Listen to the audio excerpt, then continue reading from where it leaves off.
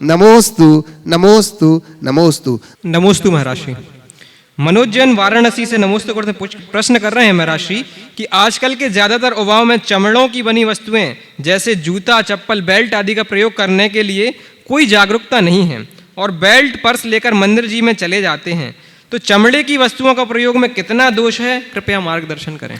देखिए, चर्म निर्मित सामग्री का प्रयोग मंदिर में तो बिल्कुल ऐसे ही नहीं करना चाहिए और मंदिर जी में तो बिल्कुल भी नहीं करना चाहिए। मंदिरों में इस तरह के सूचना पट लगाना चाहिए, नोटिस बोर्ड लगाना चाहिए ताकि लोग उसको समझ सके, जागरूक रहे और इनका परहेज करें। ये एकदम अशुद्ध वस्तु है, इनका प्रयोग बिल्कुल नहीं होना चाहिए, जिससे जीव हिंसा होती है। ऐसा कृत्य तो करना ही नहीं चाहिए। और आज तो हमें उसके बेहतर विकल्प उपलब्ध हैं सिंथेटिक रूप में, तो हमें उनका प्रवर्तन करना चाहिए, उन्हीं का प्रयोग करना चाहिए। सागर जैन साराड़ा उदयपुर से नमोस्तु करते हुए पूछ रहे हैं मेरा श्री कि पिताजी 30 मिनट चलकर 30 रुपये बचा लेते हैं, लेकिन पुत्र 30 रुपये देकर 30 मिनट बचाता है। कहने का आशा यह है कि जो जनरेशन गैप, सोच का फर्क है, तो पिता पुत्र के बीच तालमेल कैसे बैठे, कृपया समाधान करें। पिताजी 30 मिनट चलकर 30 रुपये बचाते हैं और बेटा 30 रुपया खर्च कर 30 मिनट बचाता है। दोनों में जनरेशन गैप का अंतर है, सोच का अंतर है और सोच में ये अंतर हमेशा रहा है। समय काल के अनुरूप व्यवस्थाएं बदली हैं। पहले के कार्यों में और आज के कार्यों में बड़ा अंतर है। पहले लोगों के पास समय पर्याप्त रहता था, लोग उसके अनुरूप काम करते थे। आज लोगों की व्यस्तताएं बढ़ गई है, लोगों ने अपने आप को तरह तरह से इंगेज कर लिया है। सवाल 30 रुपया बचाना या 30 मिनट बचाने का नहीं है, सवाल जीवन की प्राथमिकताओं का है। आज नई पीढ़ी की प्राथमिकताएं बदल गई और हमें उसे स्वीकार करना होगा। इस संदर्भ में मैं इतनी ही बात कहूँगा कि नई और पीढ़ी के बीच एक तालमेल होना चाहिए।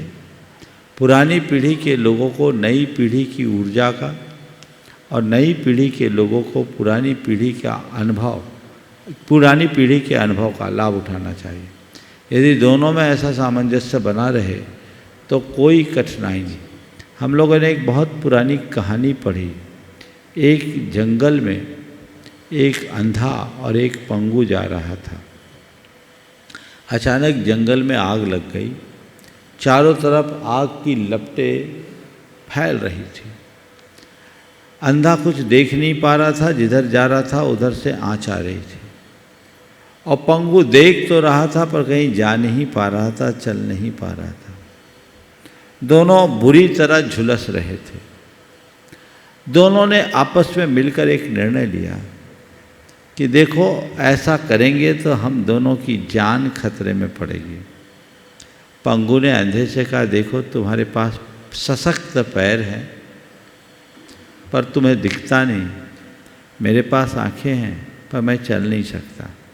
यदि हम लोग दोनों मिल जाएं तो इस समस्या से दोनों का बचाव हो सकता है।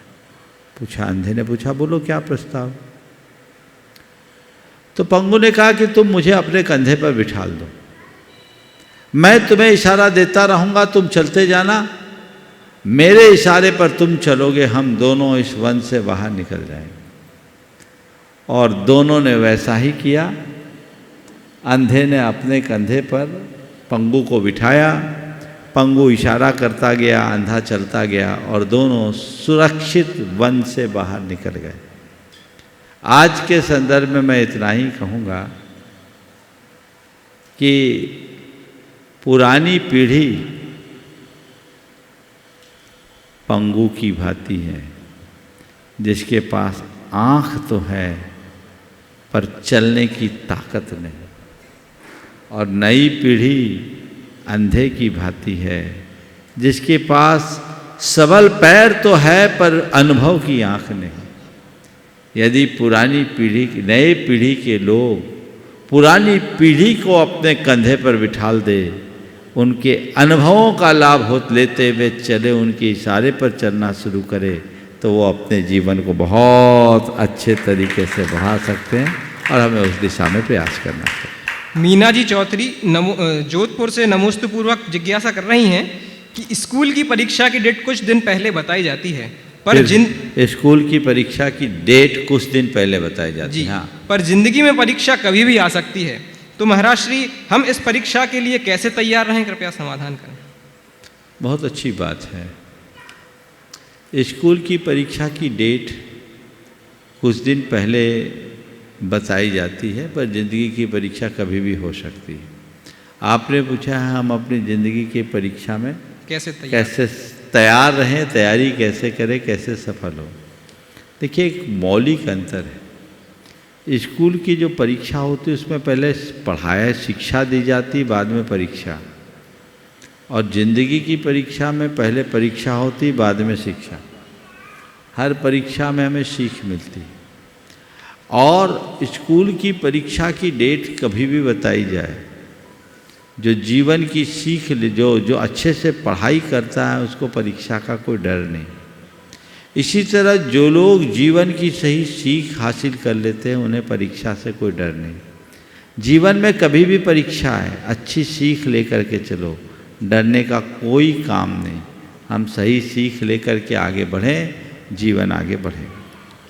अंतिम ऑनलाइन प्रश्न के रूप में राजेश जी जैन RI गोपालगंज सागर से पूछ रहे हैं महाराज श्री कि दुनिया में 3 प्रकार के लोगों को भूल के भी नहीं भुलाया जा सकता। परेशानी देने वाला, परेशानी हल करने वाला, परेशानी तैयार करने वाला। हम पहले और तीसरे प्रकार के व्यक्तियों पर बहुत जल्दी विश्वास करते हैं और उन्हें अनजाने के चक्कर में निश्चित रूप से गच्चा खा जाते हैं, किंतु दूसरे प्रकार के व्यक्ति पर हम आसानी से विश्वास नहीं करते। हमारे मन में उसके प्रति संशय की स्थिति रहती है और हम परेशानी उठाते रहते हैं। इन प्रवृत्तियों को मनुष्य के मन मस्तिष्क में कैसे सटीक तरीके से पहचानने की क्षमता विकसित की जाए, जिससे उसका सामान्य जीवन परेशानी रहित आनंदमय हो जाए। परेशानी देने वाला, परेशानी हल करने वाला और परेशानी तैयार करने वाला। पूछा, पहले और तीसरे वाले पर जल्दी भरोसा हो जाता है, दूसरे वाले पर नहीं होता। थोड़ा सवाल में कुछ अस्पष्टता सी दिख रही, पर ऐसा परेशानी जो हमें देता है, परिचय थोड़ा संशोधित कर लिया जाए तो शायद ज़्यादा स्पष्टता होगी। एक व्यक्ति है जो परेशान करता है, दूसरा व्यक्ति है जो परेशान होता है, तीसरा व्यक्ति है जो परेशानी से हमें बचाता है। यदि इन 3 तरीके के व्यक्तियों को सामने रखकर सवाल किया जाए तो शायद ज़्यादा अच्छा होगा। परेशान करने वाला, परेशान होने वाला और परेशानी मिटाने वाला, परेशानी का हल करने वाला। हमें सबसे अच्छा व्यक्ति वो है जो हमारे परेशानी का हल करे। लेकिन परेशान होता है व्यक्ति अपनी दुर्बलता से और परेशान करता है सामने वाला अपने द्वेष से। हम व्यक्ति के व्यक्तित्व को पहचानें और हमेशा कोई हमें कितना भी परेशान करे, हम उससे परेशान न होने का रास्ता चुनें। यदि हम प्रतिक्रियाओं से अप्रभावित रहने की क्षमता विकसित कर लेते हैं तो कोई हमें कितना भी परेशान करे, हम परेशान नहीं होंगे। फिर भी कोई मुझे परेशान न करे ये मेरे हाथ में नहीं है, पर कोई कितना भी परेशान करे मैं परेशान ना हूँ ये मेरे हाथ में है। तो हमें परेशान करने वाले व्यक्ति से यथासंभव सुरक्षित दूरी रखकर चलना चाहिए ताकि हम अपने आप को परेशानी से बचा सकें। और कदाचित वो संभव ना हो तो उससे सीख लेकर उसकी पुनरावृत्ति का उसे अवसर नहीं देना चाहिए। लेकिन कुछ लोग बड़े सूझबूझ और विवेक संपन्न होते हैं जो हर परेशानी का हल निकालने में समर्थ होते हैं। ऐसे व्यक्तियों की हमें निकटता रखनी चाहिए, उनके गुणों को पहचानना चाहिए और जब कभी ऐसी परेशानी आए हमें उन्हें याद करना चाहिए। प्रत्यक्ष में हमारे बीच में श्रेयांश जी शिक्षक हैं, कुरबाई से अपना प्रश्न लेकर के आ रहे हैं। मंचासीन विराजित मुनि श्री प्रमाण सागर जी, निर्वेक सागर जी, सीधे सवाल करो, नमस्ते बोल के। हाँ, चुल्लक जी के चरणों में इच्छा में। महाराज श्री मेरे 2 प्रश्न हैं, एक का उत्तर देंगे। बोले एक पूछो। एक प्रश्न तो ये है कि बरसात के समय में शाम 6 के आसपास हो जाती है, लेकिन माहौल ऐसा बन जाता है कि 2 बजे से रात्रि जैसे प्रतीत होने लगता है बरसात के कारण। तो हमको दिन में भी लाइट जला करके भोजन करना पड़ता है और हम प्रतिमाधारी हैं, तो ऐसे समय में क्या दोष लगता है, और लगता है तो उसका क्या निराकरण है? देखिए, अपने घर में ऐसी व्यवस्था करनी चाहिए कि प्राकृतिक प्रकाश हो। सघन बादल होते हैं और यदि आपको भोजन के समय में बत्ती जलानी पड़ती है तो ये सदोष है। कितना भी दिन में सघन बादल क्यों न हो, दिन में रात्रि जैसा अंधकार तो नहीं होता, इसलिए हमें यथासंभव प्रकाश में ही भोजन करना चाहिए, क्योंकि हमारी आलोकित पान भोजन का विधान है। तो प्राकृतिक प्रकाश के अभाव में भोजन करना ठीक नहीं। शंका समाधान प्रेरणेता मुनिश्री के चरणों में डॉक्टर बाबूलाल अनुज परिवार का कोटिशाह नमोस्तु नमोस्तु नमोस्तु। गुरुदेव, जब हमारे आराध्य का अवतरण दिवस आता है तो हम अपने आराध्य का अवतरण दिवस भक्त कैसे मनाएं, शंका का समाधान कीजिए गुरुदेव। पहली बात तो किसी आराध्य का अवतरण होता ही नहीं। जो अवतरित होकर अपने जीवन का उत्थान करता है वही हमारा आराध्य बनता है। समझ गए? नहीं, जो पहली बात तो सुनो जो मैं बोल रहा हूँ। आराध्य का अवतरण कहाँ हुआ? जैन धर्म में जन्म से कोई महान नहीं होता, महान अपने कर्म से होता है। तो तुम जिस आराध्य की बात कर रहे हो और जिसके अवतरण की चर्चा कर रहे हो, वो जब अवतरित हुआ था तो क्या था, थोड़ा सोचो। समझ गए? इसलिए जो अपने जीवन में तप साधना करता वो महान होता है, हमें उसे महत्व देना चाहिए। जैसे हमारे आचार्य परमेष्ठी और मुनिराज का अवतरण दिवस आता है तो उसको हम कैसे भक्त मनाएं? हम तो बोल रहे हैं अवतरण आचार्य का हुआ ही नहीं, आचार्य की दीक्षा होती जी, मुनि की दीक्षा होती, अवतरण तो किसी बालक का होता है जी। हम लोग जन्मदिन नहीं मनाते। ठीक, नमोस्तु गुरुदेव। अभिषेक जी मुंगेली विधानाचार्य पारसनाथ दिगंबर जैन गुरुकुल हैदराबाद से। श्री पारसनाथ दिगंबर जैन गुरुकुल महाराजगंज हैदराबाद एवं जैन समाज मुंगेली की ओर से गुरुदेव आपके श्री चरणों में त्रैबार नमोस्तु। गुरुदेव, हर व्यक्ति के जीवन काल में किसी बड़े लक्ष्य की प्राप्ति के दौरान उसको उपहास और विरोध का सामना करना पड़ता है। उपहास और विरोध से यदि वो गुजर जाता है तो नियम से किसी बड़े लक्ष्य तक पहुंच ही जाता है, किसी बड़े मुकाम को वो प्राप्त कर लेता है। तो गुरुदेव, कृपया करके आपका मार्गदर्शन चाहिए कि विरोध और उपहास के दौरान हम अपने मन को नियंत्रित और शांत कैसे रखें जिससे हम अपने लक्ष्य की ओर पहुंच सकें। विरोध और उपवास के दौरान हम अपने मन को नियंत्रित और शांत कैसे रखें जिससे हम अपने लक्ष्य की ओर पहुँचें। कभी दीपक जलाए? अक्सर जलाते हो? हाँ, अक्सर दिए के लौ को देखा है? देखा है। क्या दिखता है उसको? क्या देखा है? लौ में क्या होता है? प्रकाश। और कुछ? थोड़ा ध्यान करो, यहाँ दीपक जल रहा है, केवल ज्योति है कि कुछ और भी है? बोलो। बाती भी। अरे धुआं है कि नहीं? धुआं है, धुआं भी। धुआं ऊपर है, ज्योति नीचे है, लेकिन हमारा ध्यान धुएं पर होता है या ज्योति पर? ज्योति पे।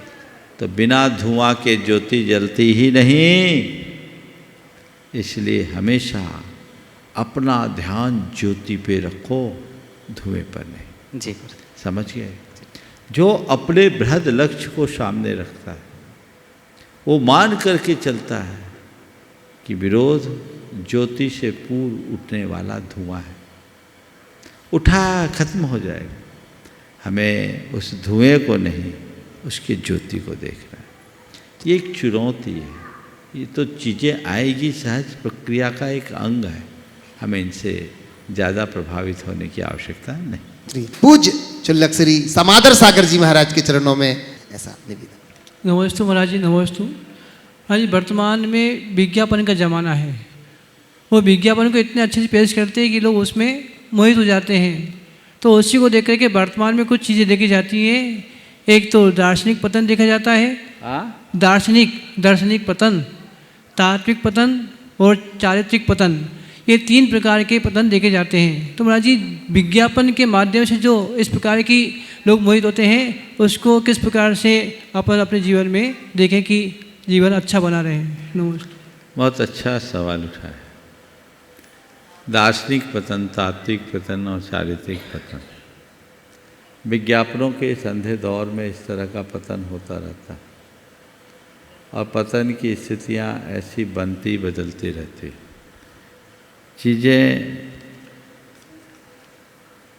चीज़ें जो भी होती हैं हमें उसे ध्यान में रख करके चलना चाहिए और इनसे अप्रभावित होने की कोशिश करनी चाहिए। हमारे यहाँ एक बहुत पुराना सूत्र है, मनोज्ञा मनोगेंद्रिय विषय रागत देश वर्जनानी पंच। अगर अपने अपरिग्रह की निष्ठा को बचाना चाहते हो तो मनोज्ञ और अमनोज्ञ इंद्रिय विषयों के प्रति राग देश से बचो। यदि दूसरे शब्दों में मैं कहूँ तो ये कह सकता हूँ कि हमारे तीर्थंकरों के द्वारा उपभोक्तावाद की प्रवृत्ति से बचने का एक संदेश है। हमारी संस्कृति में सदैव आवश्यकता और उपयोगिता के आधार पर चीज़ों के संग्रह और संचय की बात की गई। आज विज्ञापनी दौर में आवश्यकता और उपयोगिता नहीं, जो चीज़ें सामने आ रही है वह चीज़ें हम पर हावी हो गई और इस तरह के भ्रमजाल में लोग उलझ जाते हैं और कभी कभी तो बड़ी हास्यास्पद स्थिति निर्मित हो जाती है। एक बार एक आदमी सपने में मरा, मर करके जब वो यमलोक में पहुंचा तो देखा उसका पुण्य पाप बराबर था। वहाँ के अधिकारी ने उससे कहा कि तुम्हारा पुण्य पाप बराबर है, तुम कहाँ रहना पसंद करोगे, स्वर्ग में कि नरक में? वो थोड़ा दुविधा में फंसा तो उसे सुझाव दिया गया, एक काम करो तुम दोनों जगह विजिट करे आओ, घूम आओ, तुम जहाँ जाना पसंद करोगे वहाँ हम भेज देंगे। ठीक। पहले वह स्वर्ग गए, देखा स्वर्ग में तो एक अलग प्रकार की ज़िंदगी, बंधी बंधाई ज़िंदगी, कोई पूजा कर रहा है, कोई पाठ कर रहा है, कोई भक्ति कर रहा है, सब अपने में मगन है, किसी से कोई लेना ही देना नहीं। सोचा चलो नरक चलते, वो नरक गया। जैसे ही नरक पहुंचते ही उसका तगड़ा रिसेप्शन हुआ विस्की और ब्रांडी से। अंदर गया तो वहाँ डिस्कोथेक चल रहा था, देखकर हैरान रह गया, हद हो गई, व्यर्थ में पंडितों ने नरक को बदनाम कर रखा है, जिंदगी का सच्चा सुख तो यहाँ है। लौट कर आया, पूछा कहाँ जाना है, बोले मुझे नरक भेज दो। बोले नरक जाना, बोले हाँ देख लिया कुछ नहीं रखा तुम्हारे स्वर्ग में, मुझे नरक भेज दो। एक बार और सोच लो, बोले कह दिया ना हमें नरक जाना, नरक भेज दो। उसे नरक शिफ्ट कर दिया गया, नरक शिफ्ट किया और जैसे ही नरक पहुंचा मार काट चालू, रौद्र रूप। वो घबरा गया, ये कहाँ पहुंच गया। उसने पूछा हद हो गई, अभी मैं जो नरक देख कर गया वो कुछ और था और अभी जो देख रहा हूं वो कुछ और, मामला क्या है? उसने कहा भाई साहब वो नरक का विज्ञापन था, ये असली नरक है। तो ये विज्ञापनों के भ्रमजाल में जो फंसेगा उसका कुछ ऐसा ही हाल होगा। मैं निवेदन कर रहा हूँ पूज्य एलक श्री निजानंद सागर जी महाराज के चरणों की वंदना करते हुए। मंचासीन मुनिराजों को नमोस्तु। एक जगह पढ़ा हुआ था कि नींद छोटी मृत्यु है और मृत्यु बड़ी नींद है। कुछ लोग बच्चों की तरह अपना शरीर छोड़ देते हैं, जैसे बच्चा खेलते खेलते कहीं खाते खाते कहीं भी सो जाता है, कहीं भी लुढ़क जाता है मोबाइल देखते देखते, टीवी देखते देखते। परंतु जो समझदार लोग होते हैं पूरी तैयारी के साथ में सोते हैं। तो हम लोग अपने जीवन में कैसी तैयारी करें कि हम लोग चिर निद्रा में जब सोएं तो उसमें अच्छे शांत परिणामों से नमोकार मंत्र पढ़ते पढ़ते अपनी आत्मा का ध्यान करते करते शरीर को छोड़ें। कैसा अपना आहार विहार रखें, कैसा अपना आचार विचार रखें, इसके बारे में मार्गदर्शन दें। बहुत सुंदर वाक्य कहा है महाराज जी। नींद एक छोटी मृत्यु है और मृत्यु एक लंबी नींद। बात सही है कि बच्चे कुछ भी करते करते सो जाते हैं, लेकिन बड़े सब काम समेट कर सोते हैं। निश्चित मृत्यु की महानिद्रा हम आप सबको एक दिन आनी है, वो तय है। पर उस नींद में जाने के पूर्व यदि हमने अपनी तैयारी कर ली तो हमारी भलाई है, अन्यथा सब कुछ अधूरा अधूरा सा रह जाएगा। लेकिन ऐसा वही करते हैं जिन्हें इस बात का आभास होता है कि अब मेरे सोने का समय आ रहा है। अपनी दिनचर्या के अनुभव को देखिए। जो जो सोने का समय निकट आता है, आप सोने से पूर्व अपने नियत कार्यों को निपटाने की तत्परता दिखाते हो। आज मुझे ये काम करना है, सोना है तो सोने के पहले मुझे ये काम करना है। और कुछ लोग तो ऐसे होते हैं जो कहते हैं करके ही दम लेंगे। तो जो काम मुझे करना है वो करना है। जब तक मनुष्य अपने लक्ष्य को सुनिश्चित नहीं कर लेता, तब तक वो ऐसी स्थिति से अपने आप को बचा नहीं पाता। तो हम अपना लक्ष्य बनाएं, पुरुषार्थ जगाएं, जीवन के यथार्थ को सामने रख करके चले। हम लोगों ने बचपन में ये बात सीखी है, राजा राणा छत्रपति हाथिन के असवार, मरना सबको एक दिन अपनी अपनी बार। ये तो हमें जन्म घुट्टी में दिया गया, एक दिन सबको मरना है। हम जी रहे हैं, इसमें कोई आश्चर्य नहीं। आश्चर्य तो केवल इस बात का है कि हम मरे नहीं। तो हम जीते जी चले, अपने जीवन को आगे बढ़ाने का प्रयास करें, सही रास्ते पर चले, अपना लक्ष्य बनाएं, तो हमारा पुरुषार्थ अपने आप जगेगा।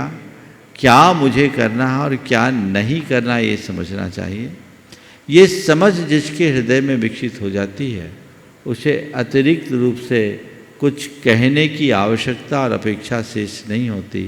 वो खुद अपना सारा काम करने में सक्षम हो जाता है और वो जीवन की दिशा को परिवर्तित कर लेता है। बंधुओं, अपन प्रश्न के लिए चलें उसके पूर्व हमें बड़ी प्रसन्नता है, आज हमारे गुणायतन में झारखंड बिजली बोर्ड से डीजीएम हमारे बीच में यहाँ उपस्थित हैं, श्रीमान विनय कुमार जी। मैं उनको बड़े सम्मान के साथ मंच पर आमंत्रित कर रहा हूँ, निवेदन कर रहा हूँ मंच के ऊपर आए और जोरदार तालियों के साथ इनका अभिनंदन करते हैं। इनका अभिनंदन करने के लिए मैं हमारे गुणायतन के सीईओ माननीय सुभाष जी से निवेदन करता हूँ। माननीय विनय जी जो कि डीजीएम है झारखंड के बिजली बोर्ड से, पूज्य गुरुदेव के चरणों में पहुंच रहे हैं। पुनः पुनः तालियों के साथ हम इनका बहुत बहुत बहुत बहुत अभिनंदन करते हैं। आए और पूज्य गुरुदेव से आशीष पाकर रही है। बंधुओं, इसी के साथ मैं निवेदन करने के लिए पहुंच रहा हूं।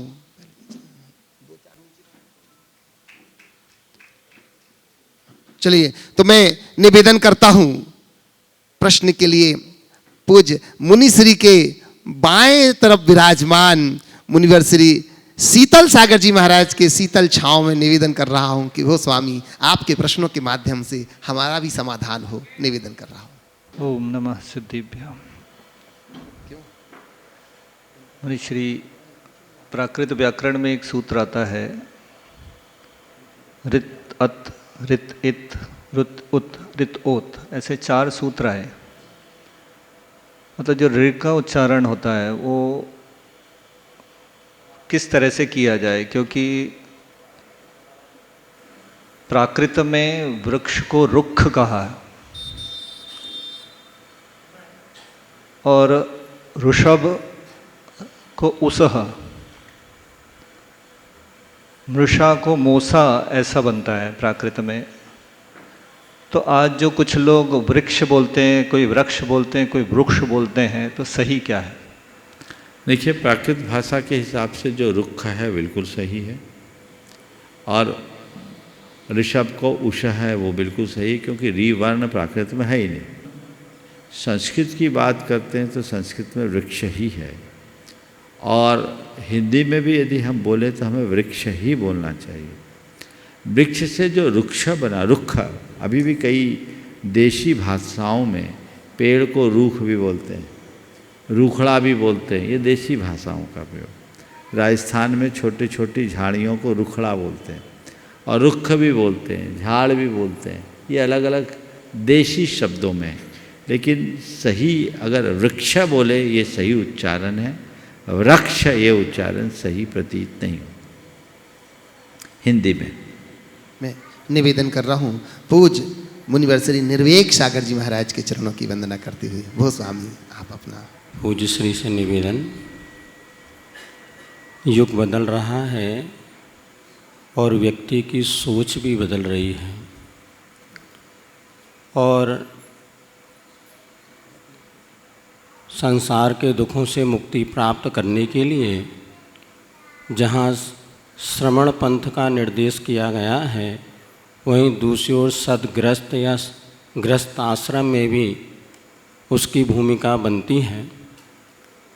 आज हमारे समाज में बहुत से युवक ऐसे हैं जो कि सक्षम हैं, सामर्थ्यवान हैं, नैतिक आचरण से युक्त हैं, किंतु फिर भी उनके सामने एक ऐसी समस्या है कि उनका गृहस्थ आश्रम व्यवस्थित तरीके से आगे संचालित नहीं हो पा रहा या उनके विवाह नहीं हो पा रहे हैं। ऐसे समाज में बहुत सारे नवयुवक हैं जो कि अपने आगामी जीवन को लेकर के बहुत मैं क्या करूं इस विषय को लेकर बहुत चिंतित हैं। परिवारजन तो चिंतित ही हैं, किंतु एक उम्र के बाद अब वो ऐसे स्थान पर पहुंच जाते हैं कि वो निर्णय नहीं कर पाते।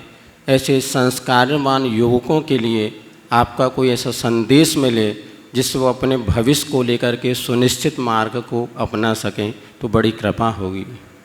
आपने एक बहुत ही गंभीर समस्या की तरफ ध्यान आकृष्ट किया है।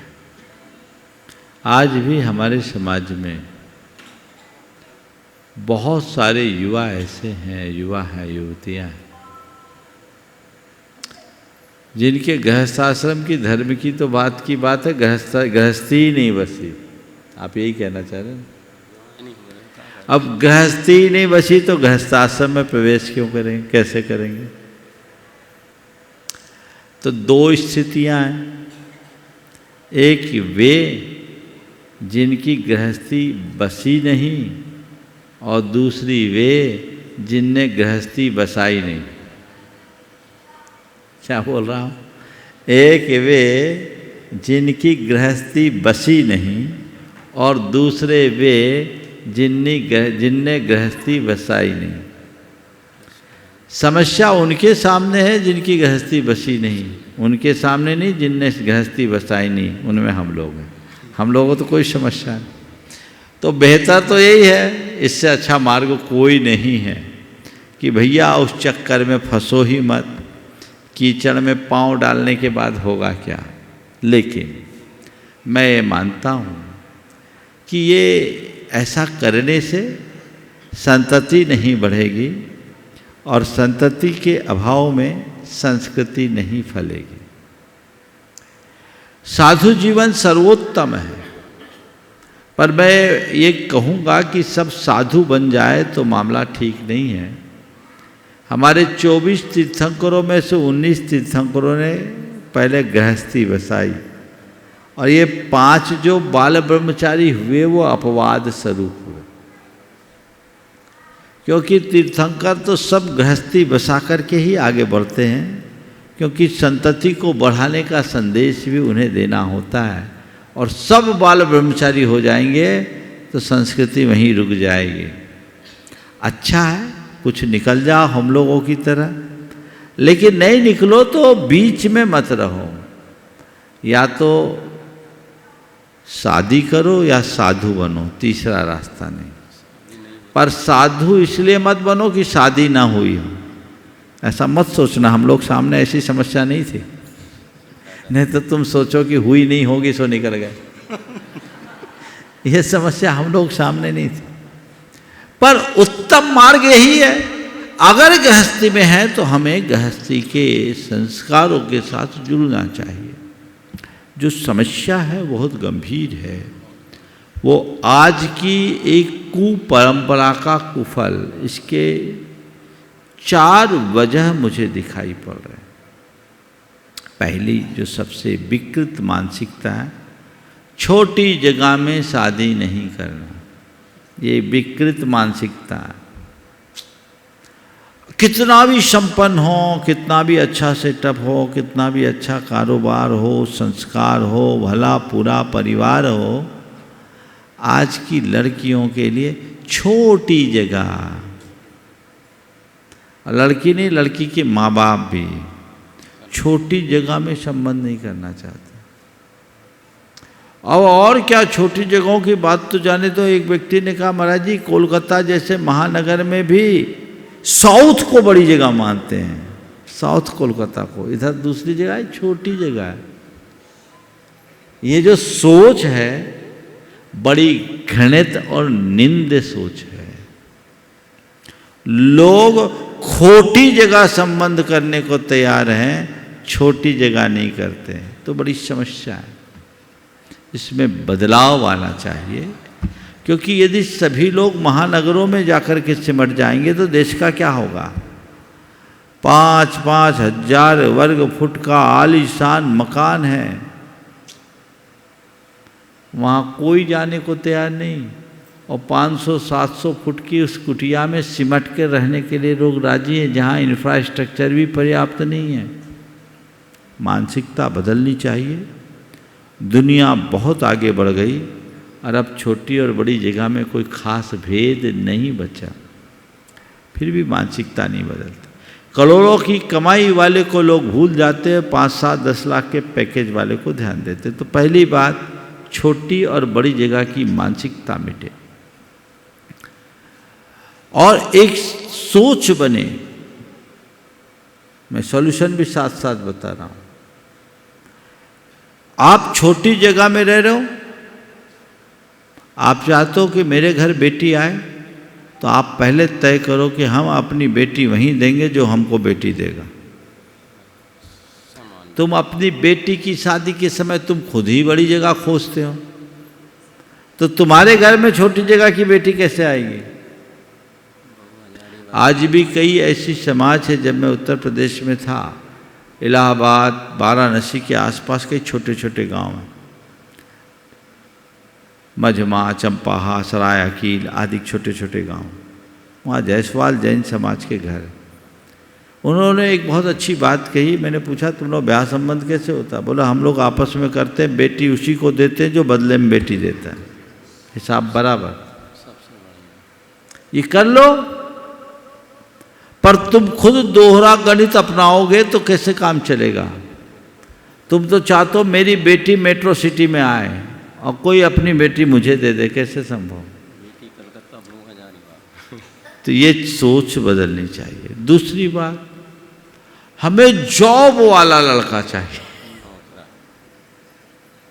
जॉब, ये मानसिकता ठीक नहीं। हमें सही भरा पूरा परिवार, संपन्न व्यक्ति देखना चाहिए। तो ये मानसिकता भी बदलनी चाहिए। तीसरी वजह है जरूरत से ज़्यादा पढ़ लिख जाना, पढ़ा लिखा देना।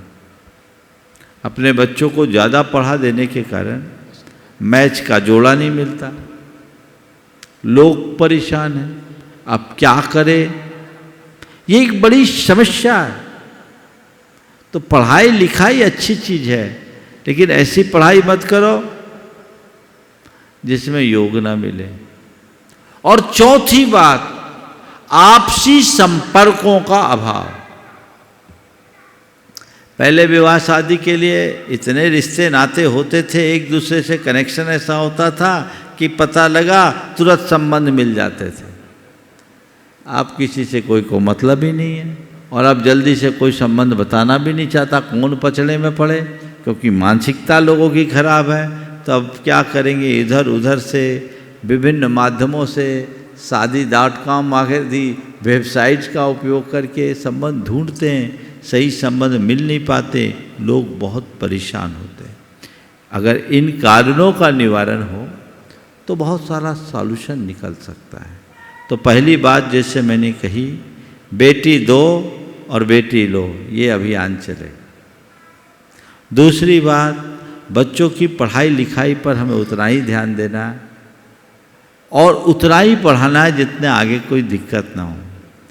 शादी के बाद भी तो पढ़ाई लिखाई हो सकती है, ये अवसर होना चाहिए। तीसरी बात, जॉब और व्यापार के भेद को मिटाना चाहिए, बल्कि हम लोगों के हिसाब से तो व्यापार को प्रमुखता देना चाहिए। और चौथी बात, जो आपसी संपर्कों का अभाव है, तो एक संबंध डेवलप करो। अब रिश्ते नाते तो है नहीं, क्योंकि सबके एक ही बेटा एक ही बेटी है। पहले चाचा ताऊ मामा फूफा सब होते थे, मौसियाँ होती थी, बड़ा कुनबा होता था। अब तो सब कोई जानते ही नहीं एक दूसरे को। तो एक उपाय है, अपने संपर्क को बढ़ाओ, आपसी साधर्मी स्नेह बढ़ाओ, गुरु भक्त एक दूसरे से जुड़ो, एक दूसरे से संबंधों की प्रगाढ़ता आपकी हो, ताकि आपके एक दूसरे के संबंधों में कोई दिक्कत ना हो। आज करोड़पति भी परेशान है और साधारण लोग भी परेशान हैं। क्या करें, सबके सामने यही समस्या है, बहुत दिक्कत। और फिर आज का जो कल्चर डेवलप हो रहा है वो रही सही कसर भी ख़त्म कर रहा है। कुछ बच्चे खुद भी नहीं चाहते कि हम संबंध करें। लिव इन का कंसेप्ट जैनियों में भी बहुत तेज़ी से बढ़ रहा है। महानगरों में आज के युवक युवतियों के साथ ऐसा होने लगा है। 35, 40 साल की उम्र हो गई, वो शादी के नाम से ही दूर होना चाहते हैं। और एक कारण और है जो शादी से बच्चों को दूर करने का, वो तलाक की बढ़ती हुई प्रवृत्ति, एडजस्टमेंट नहीं होता। तो ये सब चीज़ें ऐसी हैं जो पूरी समाज को बुरी तरह प्रभावित कर रही है। इनसे बचना बहुत जरूरी है। बंधुओं, दिल्ली से और कोई उपाय अगर हो तो महाराज जी अपनी तरफ से बता सकते हैं। हाँ? उन युवाओं को क्या करना महाराज कह रहे हैं? 35 साल के हो गए, क्या करें? तब हम क्या करें? हमने बात समस्या लची विचित्र है। अब तो मैं उनको यही सलाह दूंगा, अन्यथा शरणम नास्ति तमेव शरणम मम। और कोई रास्ता अब नहीं। लीजिए, दिल्ली से वीणा जी, शिल्पी जी, अजय जी के परिवार से जो विधान करने के लिए यहाँ पहुँचे हैं। नमोस्तु महाराज जी, नमोस्तु नमोस्तु। महाराज जी, हम 2-3 दिन से यहाँ पर आपके चरण सानिध्य में आए हुए हैं। आप हमेशा स्थानिका में बहुत बड़े बड़े मंडल बना के और सिद्ध चक्र विधान करते हैं। हम तो काफ़ी कम लोग आए हैं, तो काफ़ी कम लोग बैठे हैं, तो इस विधान में और उसमें क्या अंतर है? भाव तो उतने ही लग रहे हैं, बहुत आनंद आ रहा है, क्योंकि आपके सानिध्य में तो जो हो जाए अमृत की वर्षा है और अनंत अनंत सिद्ध परमेष्ठी भगवान का क्षेत्र है, तो उसमें कोई अंतर है जी? देखिए, मैं तो कहूँगा आपका विशिष्ट पुण्य। बड़े आयोजन होते हैं, लोगों की सहभागिता होती है, उसमें हम लोगों की पूर्ण भागीदारी भी रहती है। इस बार भी विधान का आयोजन था, बहुत सारे लोगों के पहले से नाम आए हुए थे, लेकिन चूँकि अभी चातुर्मास गर्मी बहुत अधिक, तो हमने सोचा बहुत व्यस्तता बढ़ जाएगी और भी तरह के कार्य हैं, व्यस्तताएं। तो मैंने कहा अभी विधान को रोको, फिर देखेंगे, गर्मी में नहीं। तो यहाँ कोई विधान होना नहीं था, लेकिन इनका प्रबल पुण्य था, इनका मन था कि हमको विधान करना ही है। तो आज इनका पारिवारिक विधान यहाँ संपन्न हो रहा है। आनंद तो पूरा है ही। देखिए, आनंद बाहर की संरचना में नहीं है, आनंद हमारी मानसिकता में। हम पूरे मनोदशा के साथ भर करके करें, वही आनंद आएगा और वो आप आनंद ले ही रहें। और ये आपका पुण्य ही है कि सारे संयोग आपके अनुकूल बन गए। बहुत जी, आपका उपकार है। बहुत बहुत आशीर्वाद। नमोस्तु महाराज जी। सुरेश जी, आशा जी, विनायका हजारीबाग से। नमोस्तु महाराज श्री। मंचासीन सभी मुनिराजों के चरणों में नमोस्तु नमोस्तु नमोस्तु। और श्री मंचासीन सारे छुलक जी को इच्छा में। शब्द नहीं है शब्द कैसे करूं धन्यवाद, नहीं है शब्द कैसे करूं धन्यवाद, बस चाहिए हर पल आपका आशीर्वाद। हूँ जहाँ मैं उसमें बड़ा ही योगदान, क्योंकि गुरुदेव आपने जो मुझे जितना सारा दिया है ज्ञान और प्यार, उसके कारण मैं आज यहाँ पर हूँ महाराज श्री। ये तो बात है। सभी जानते हैं और बोलती हूँ मैं भी। महाराज श्री, मेरा प्रश्न ये है, शिक्षा अगर बोलने में और व्यवहार में नज़र ना आए तो डिग्रियां सिर्फ कागज की रद्दी के समान हो जाती है। तो ऐसा हम क्या करें जो हमारी शिक्षा और सब को सामने दिखे महाराज श्री, सबके सामने वैसा। बहुत अच्छी बात कही। अगर शिक्षा बोलने और व्यवहार में ना आए तो उसे हम कागज की रद्दी के समान सोचें। ऐसा क्या करें कि शिक्षा हमारे व्यवहार में आए। दरअसल शिक्षा के उद्देश्य को जब हम सामने रख करके चलते हैं तो अपने आप उसका परिणाम बदल जाता है। अगर शिक्षा का उद्देश्य केवल डिग्री हासिल करना है तो वो हमारे व्यवहार में नहीं आए, और शिक्षा का उद्देश्य अपने जीवन का निर्माण है तो उसका असर होगा। तो हम शिक्षा ग्रहण कर रहे हैं किस लिए, हम ज्ञान अर्जन कर रहे हैं किस लिए, हमारा मूलभूत प्रयोजन क्या है, हमारा दृष्टिकोण क्या है। दृष्टिकोण ठीक होते ही सब चीज़ें ठीक। लीजिएगा। नमोस्तु महाराज। निवेदन कर रहा हूँ बिंदु पायल जी सेठी हजारीबाग से। नमोस्तु नमोस्तु नमोस्तु महाराज जी। मंचासी सभी महाराज जी को नमोस्तु। इच्छामी महाराज जी, छुल्लक जी को। दुनिया में दो पौधे ऐसे हैं जो कभी मुरझाते नहीं हैं, और अगर मुरझाते हैं तो उनका कोई इलाज नहीं है। तो एक है निस्वार्थ प्रेम और दूसरा है अटूट विश्वास। तो महाराज जी इन पौधों को मुरझाने से कैसे बचाएं? निस्वार्थ प्रेम और अटूट विश्वास, ये ऐसे पौधे हैं जो मुरझाते नहीं और मुरझाने से फिर लहलहाते नहीं। आपने बहुत सही पूछा है कि इनको हम मुरझाने से कैसे बचाएं। देखिए, प्रेम को अपने अंदर जीवित रखना चाहते हैं कि मेरे भीतर प्रेम का पौधा खिला रहे, वो कभी न मुरझाए। तो मन में कपट और छल ना आने दो। मन का कपट, मन का छल हमारे प्रेम को लील जाता है। एक तो कपट है जो कुल्हाड़ी का काम करता है, और दूसरा अभिमान है जो आरी का काम करता है।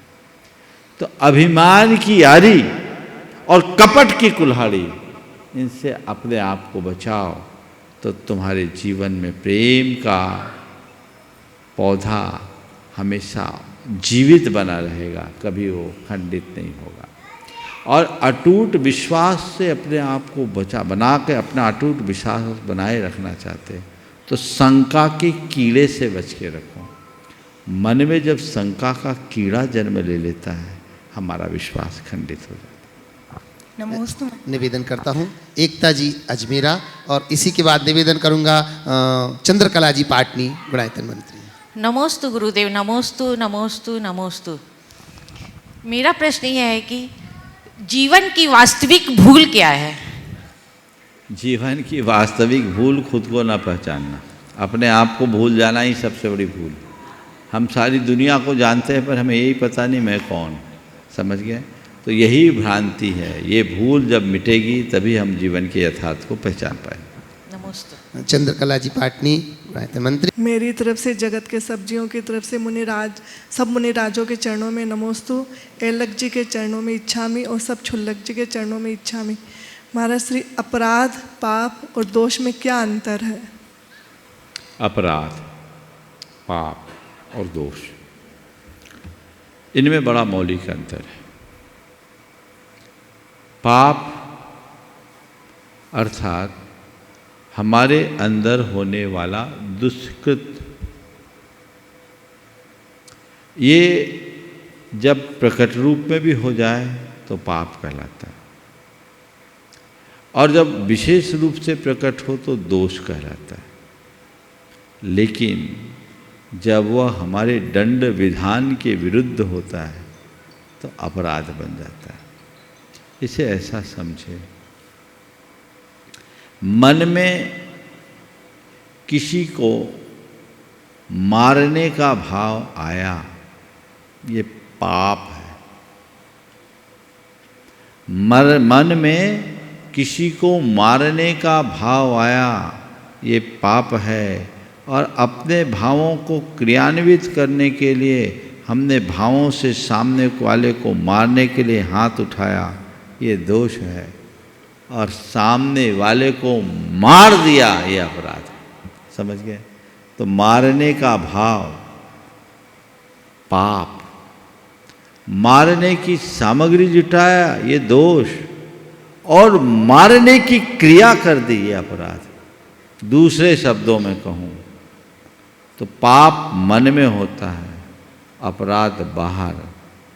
पाप का प्रकट रूप अपराध है, जो दंड विधान के तहत दंडनीय है वो अपराध, और वह पाप जिसे दंड विधान के द्वारा अपराध नहीं माना जाता, दंडनीय नहीं है, फिर भी जो दुष्कृत है वह दोष। मन में किसी के प्रति ईर्ष्या का भाव आया, ये पाप और दोष है। हमने किसी पर गुस्सा किया, ये पाप भी है, दोष भी है।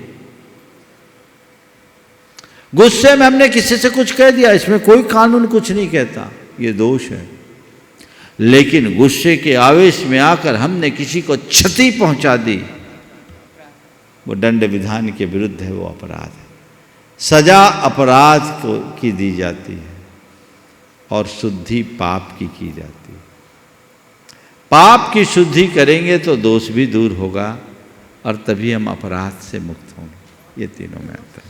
ब्रह्मचारिणी सुनीता दीदी जी बासा और इसी त्रय मुनिवर के चरणों में नमोस्तु नमोस्तु नमोस्तु। एलक जी छुलक जी के चरणों में इच्छा में इच्छा में इच्छा में। महाराज जी, आज का जो परिवेश चल रहा है ये लव जहाज वाला, इसमें हम अपने समाज के युवतियों को कैसे संदेश दें कि इनके गर्भ के संस्कार माता पिता के जो हैं वो पल्लवित क्यों नहीं होते, और ये लोग यहाँ से जहाँ अहिंसा के पुजारी हैं और जहाँ क्रूर जीवों के हाथों में चले जाते हैं, तो इनके लिए जो अभी युवा वर्ग है तो इनको गर्भ के संस्कार कैसे देना चाहिए कि आगे हमारा धर्म सुरक्षित रहे। देखिए, संस्कार तो हीनाधिक रूप में सब में है। मैं मानता हूँ ये सब संस्कार हीनता के परिणाम से नहीं, ये संगति के प्रभाव से। माँ बाप को बच्चों के संस्कारों के साथ उनकी संगति का भी ध्यान रखना चाहिए। अच्छे संस्कार दो और उनको उनकी संगति के प्रति भी जागरूक करो कि उनकी कैसों की संगति रखनी और कितनी संगति रखनी। आज का जो वातावरण है, खासकर आज की जो शिक्षा प्रणाली है और मल्टीमीडिया का जो प्रभाव है, उसमें लोग एक दूसरे से निकटता बहुत तेज़ी से बढ़ा लेते हैं और ऐसे ऐसे लोगों से भी लोगों का संपर्क हो जाता है जिनसे हमारा कोई लेना देना भी नहीं, और फिर ऐसे लोग ब्रेन वॉश कर देते हैं। उस ब्रेन वॉश के परिणाम स्वरूप ये सब बातें घट जाती हैं जो जीवन के लिए बहुत भयावह होती। तो हमें मर्यादा का बोध कराना चाहिए और सीमा रेखा को समझाते हुए इस बात की भी पूरी हिदायत देनी चाहिए कि हमें अपनी संगति किससे और कितनी रखनी। और मैंने तो कई बार बोला, माँ बाप का बच्चों से ऐसा संबंध हो कि वो अपने बिना पासवर्ड के मोबाइल माँ बाप को दे सके। शायद ही कोई बच्चा होगा जो अपने माँ बाप को मोबाइल मांगने पर दे और बिना पासवर्ड के दे दे। वो धोखे में रख रहा है खुद को और सामने वाले को, यानी कुछ गलत पल रहा है। कहीं ना कहीं कुछ है। अगर ट्रांसपेरेंट होता, सब कुछ साफ सुथरा होता, तो ये छल क्यों? तो बच्चों को बताएं कि देखो, हमारे सामने तुम्हारी निजता खुली होनी चाहिए और बच्चों के हृदय में विश्वास बैठना चाहिए कि माँ बाप जो कहेंगे वो सही कहें। अनिमेश जी गोमिया। सभी मुनिराजों के चरणों में मेरा त्रिबार नमोस्तु नमोस्तु नमोस्तु। महाराज जी, मेरा प्रश्न ये है कि ऐसा बोलते हैं कि राग आदि मोह भी हमारे मोक्ष मार्ग में रुकावट बनता है। तो महाराज जी, जो आपका लगाव है आपके गुरु के प्रति, हमारा लगाव है जो आपके प्रति, तो महाराज जी ये लगाव है तो इससे हम मोक्ष बहुत कैसे जा बहुत सकते अच्छी बात। बिल्कुल, राग का एक कण भी हमारे मोक्ष मार्ग में बाधक है। पर ध्यान रखना, लगाव दो तरह का, एक मोहात्मक और एक भक्ति आत्मक। समझ गए? अगर भक्ति जन्य लगाव होगा तो वो तुम्हारा संसार तारेगा, पार करेगा, और मोह मूलक लगाव होगा तो संसार में अटक जाओगे। तो गुरुदेव कहते हैं गुरु की भक्ति करो, गुरु से मोह नहीं। समझ गए? मोह उलझाता है, भक्ति तारती है। समय आप सबका हो गया, यहीं पर विराम। बोलिए परम पूज आचार्य गुरुवर श्री विद्यासागर जी महाराज।